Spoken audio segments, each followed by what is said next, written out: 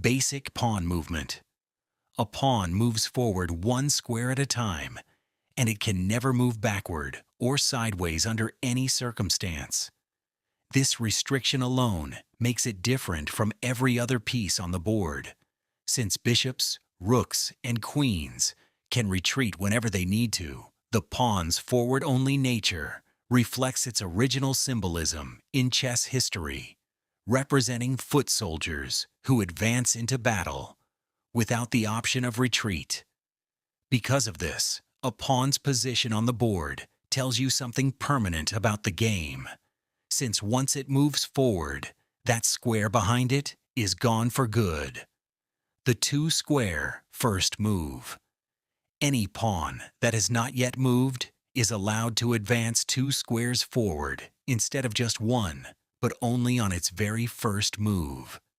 This rule was added centuries after the original version of chess to speed up the opening phase of the game, since players grew tired of waiting several turns just to get pawns into contact with each other.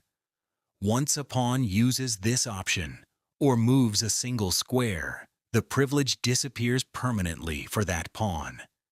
It matters strategically because it lets players contest the center of the board immediately, shaping the entire character of the opening. Diagonal capturing.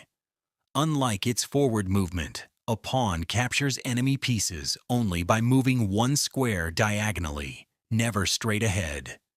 This creates an unusual situation where the pawn's attacking path and its walking path are completely separate from each other. A pawn sitting directly in front of an enemy pawn can block it, yet neither one can capture the other, since capturing requires that diagonal step. En passant. This is a special capturing rule that applies only in one narrow situation, when an enemy pawn uses its two-square first move to land right beside your own pawn. In that moment, your pawn is allowed to capture it as though it had only moved one square. But this option must be used immediately on the very next move, or it is lost forever.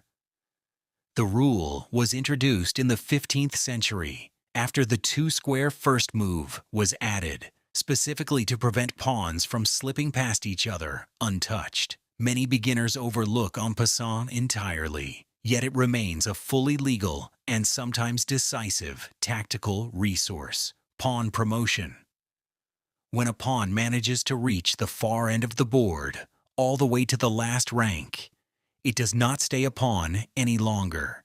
Instead, the player must exchange it for a queen, rook, bishop, or knight of the same color, and this transformation happens instantly and is mandatory. Most players choose a queen because of her power, but there are rare situations where choosing a knight or another piece avoids a stalemate or sets up a more precise checkmate.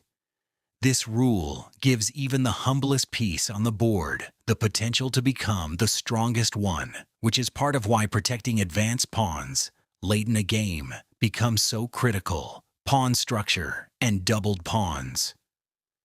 When a pawn captures another piece, it sometimes ends up on the same file as one of its own pawns, creating what is known as a doubled pawn formation. These doubled pawns cannot protect each other the way pawns on adjacent files can, since defense in pawn chains depends on diagonal support rather than pawns standing directly in front of one another. A player with doubled pawns often has to spend extra moves defending them, which can quietly drain energy away from other parts of the game. Passed pawns.